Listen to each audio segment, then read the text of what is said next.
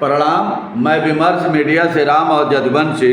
हमारे साथ विमर्श मीडिया के निदेशक श्री प्रदीप रुंगटा जी हैं, पूर्वांचल जन मोर्चा के अध्यक्ष श्री सरबदेव यादव जी और पूर्वांचल जन मोर्चा के सचिव श्री हेमंत कुमार जी हैं।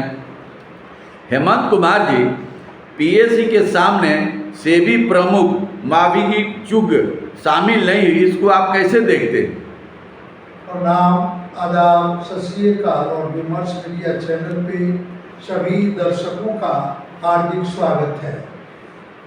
अवधेश जी, ये जो इनका बैठक था पीएससी जी, और इनको आज हाजिर होना था जी, माधवी चुग को, जी, जी, जो केंद्र वर्ग का जो कुछ रिपोर्ट आया था इसमें, जी, जो इनके ऊपर कुछ आरोप लगे थे, जी, तो पीएससी में शामिल होना इन्होंने हालांकि डिमांड किया था, नहीं आने की बातें इन्होंने बताई थी पहले। जी, जब पीएससी की पहली मीटिंग हुई थी तो उसमें डिसाइड किया गया था, आज का डेट उनको कल का डेट उनको सब पता था। जी, जी, जी, लेकिन ये हाजिर नहीं हुए। जी, सुबह इन्होंने ये खबर दे दिए कि जी, नहीं आ पाए। जी, जी, एक दुर्भाग्यपूर्ण बातें हैं कि जब कोई विदेशी कंपनी जी, इस तरह का दोष बता रहा है, जी, तो विदेशी जांच एजेंसी इस तरह की दोष बता रहा है तो सामने होकर स्पष्टीकरण देना चाहिए। जी, और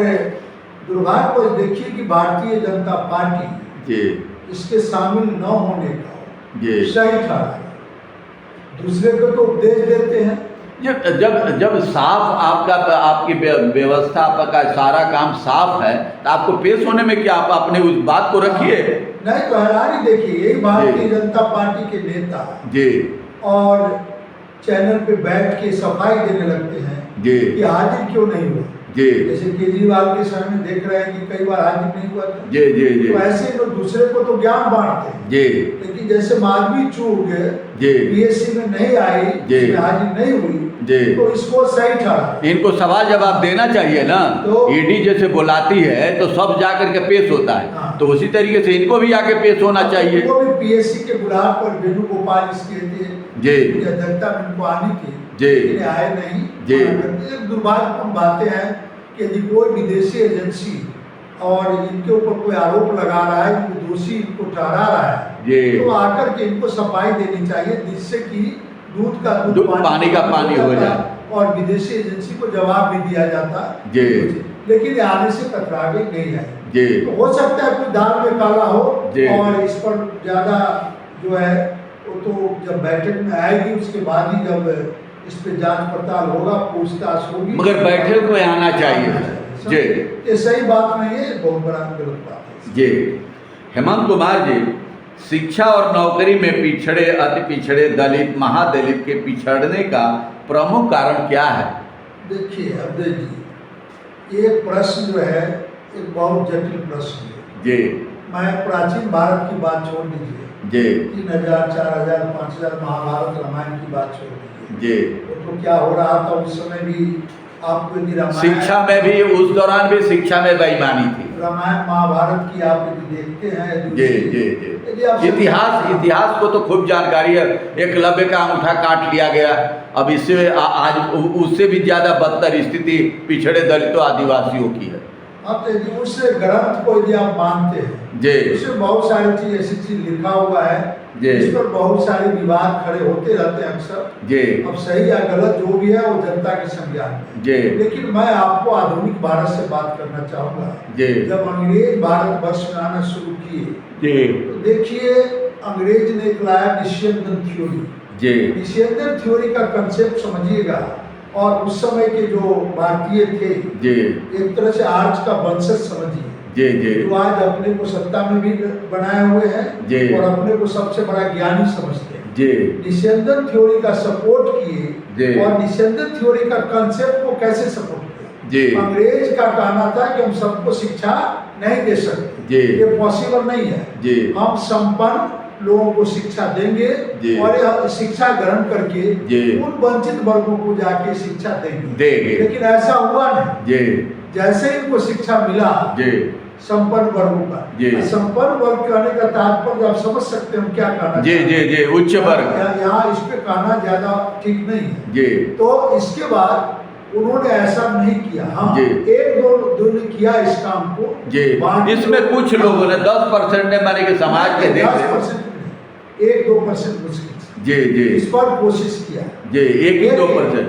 तो वहीं से इसमें आधुनिक भारत की बात, जी वहीं से इसमें पिछड़ना शुरू हो गया। दलित, वंचित, पिछड़ा, अति पिछड़ा, जिसका कोई काउंटिंग नहीं था। जी जी, ये पिछड़ते चले गए। इनको एक सेवक की तरह यूज किया जाता था जी। और तब ये सेवक थे। आज भी इनमें सेवक की प्रवृत्ति है। जी। आप कमो बेश देखेंगे तो इनमें सेवक की प्रवृत्ति आज भी है। जी, और सेवा करने का सेवा भाव है इनके। सेवा भाव आज भी है और बड़े को सेवा करके ये अपने को खुश रहते हैं। लेकिन वही एक तरह जो वर्ग है वो सेवा भाव में नहीं रखता है। जी जी, वो सेवा करवाना चाहता है।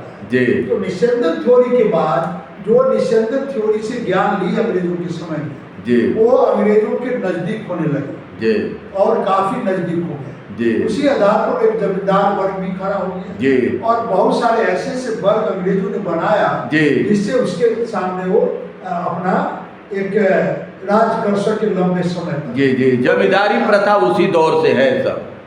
और इनकी कोई काउंटिंग नहीं थी। ये जो जी। दलित पिछड़े देख रहे हैं, इनकी उस समय कोई काउंटिंग नहीं थी। जी। तो ये हर जगह सताए गए। तो शिक्षा में वहीं से इनका पिछड़ना शुरू हुआ। अब जब सरकारें बनी, जी जो लोग शिक्षित हो गए वो आगे चले गए। जी, वो बड़े बड़े शहरों में बसने लगे। जी बड़े बड़े शहरों में आज भी देखिएगा तो उनकी संख्या ज्यादा है। जी, अब धीरे धीरे इनमें जो परिवर्तन आया 90 के दशक के बाद, जी तो 90 के दशक के बाद कुछ इसमें जागरूकता पैदा हुई। जी, ये जब आरक्षण लागू हुआ है उसके बाद ही जाके जागरूकता ज्यादा आई है सर, पिछड़े दलितों आदिवासियों में। आरक्षण की बात तो एक अलग चीज है। जी। आरक्षण आप जब तक पढ़िए करें तो आरक्षण क्या काम करेगा। जी लेकिन इसमें जो सरकारों ने और नेताओं ने जागरूकता पैदा की, जी, इनको लगा कि हमारे नेता ही सत्ता चला सकते हैं। जी। तो बिहार की बात हम आपको बताते हैं। 90 के दशक से पहले हम लोग बात सुनते थे जब बच्चे थे। जी। तो आपको कांग्रेस का था। 70 के किसी का भी हो, मैं जी। किसी पार्टी का नाम नहीं लेना चाहूंगा। 70 के समय की बात बता रहा हूँ। लोगों में मानसिकता की सत्ता ये लोग नहीं चला सकते। जी, पिछड़े दलित का कोई नेता होता था तो लोग आम धारणा थी पिछड़ों में भी, हरिजनों में भी, दलितों में, जी। ये सत्ता नहीं चला सकते। जी, इनमें सत्ता चलाने की काबिलियत नहीं, सत्ता वही लोग चला सकते। जी, और जिसके वजह से वहाँ कर्पूरी ठाकुर हमेशा दुहासिये पे होता है। जी, जी। जबकि सारे आज उनको भारत रत्न दे दिया गया। वो तो छोड़िए, भारत जी। रत्न चुनावी स्टंट है, उन सब पे हम नहीं बात करते हैं।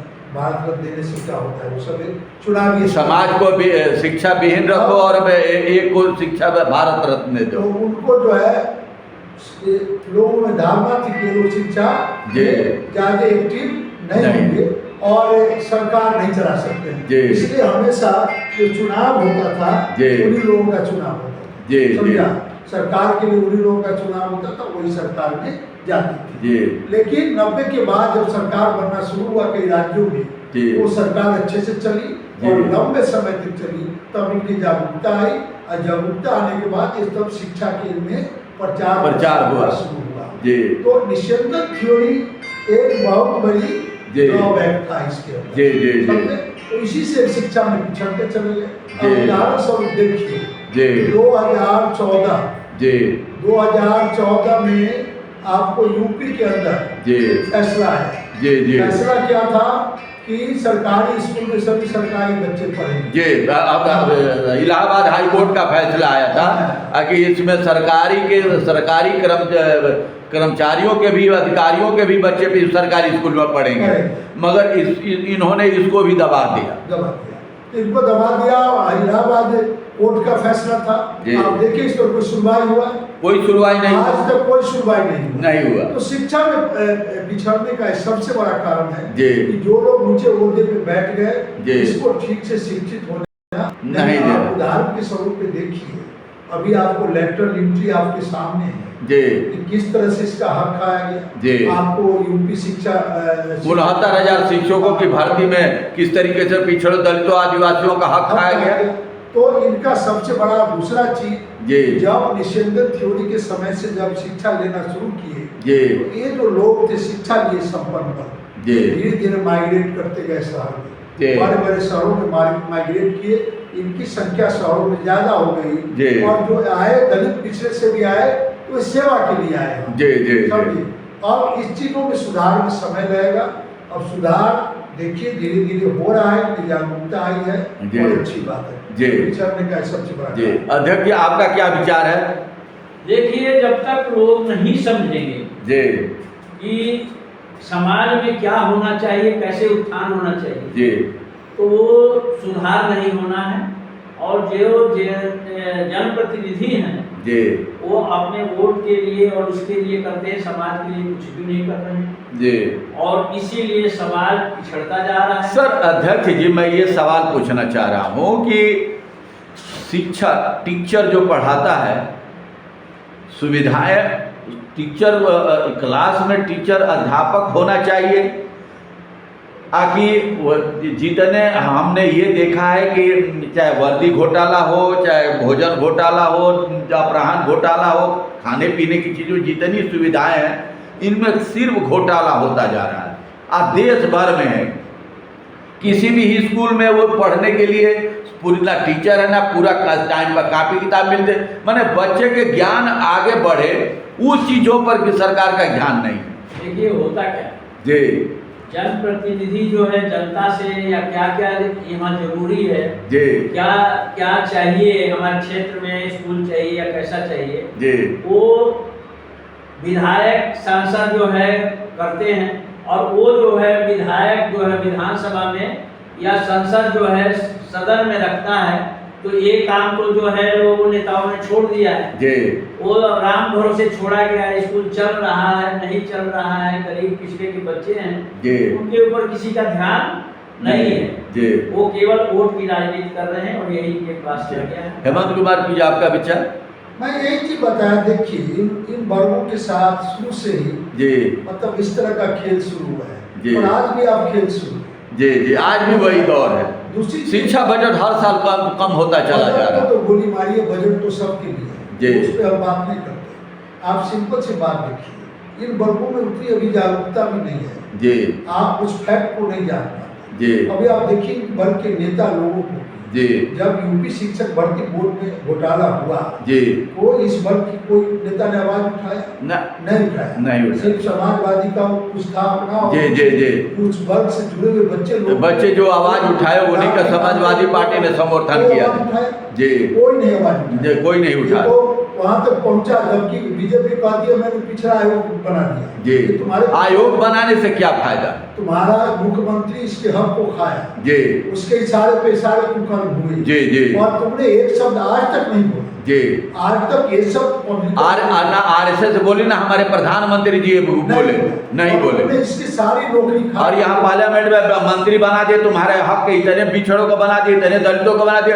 अब 20,000 पिछड़ों दलितों का हक खार गए, एक शब्द भी प्रधानमंत्री नाम मोहन भागवत जी बोलते हैं नहीं बोला। जी। और दूसरा चीज, आप जितने भी नीचे से ऊपर तक आप कॉलेज यूनिवर्सिटी हर जगह जाइए, जी यही लोग भरे हुए हैं, न्यायपालिका में यही सब भरे हुए जी। हैं। जो और हमारे भारतीय जनता पार्टी में केशव प्रसाद मौर्य जो उत्तर प्रदेश उप मुख्यमंत्री हैं, ये भी अगर ये उनके हक में इस्तीफा ही दे देते तो भी सरकार को एक संदेश जाता। मैं तो पहले इस बात को बोल दिया, इसी बात को बार बार नहीं दोहराना है। जी। आपकी एक नेता कोई आवाज नहीं उठाया, जी और आज हर जगह आप देख लीजिए, जब बिहार के अंदर जातीय जनगणना के थ्रू इनको आगे बढ़ाने के लिए नौकरी देना शुरू हुआ, जी देखिए किस तरह से सरकार बदल दी गई। जी जी लेकिन अभी भी लोगों में जागरूकता नहीं, जागरूकता इसलिए नहीं है, जी। इसी वर्ग के लोग इसको दरार पैदा किए, जी जी जी, यादव, कुशवाहा, कुर्मी, सब हर जातियों में बांट दिया गया और ध्यान नहीं दे रहा। जी, इसलिए ये चीज पिछड़ना स्वाभाविक है। जी। इसलिए जनता में जागरूकता लाना बहुत जरूरी है। बहुत जरूरी है। बहुत बहुत धन्यवाद, नमस्कार, प्रणाम।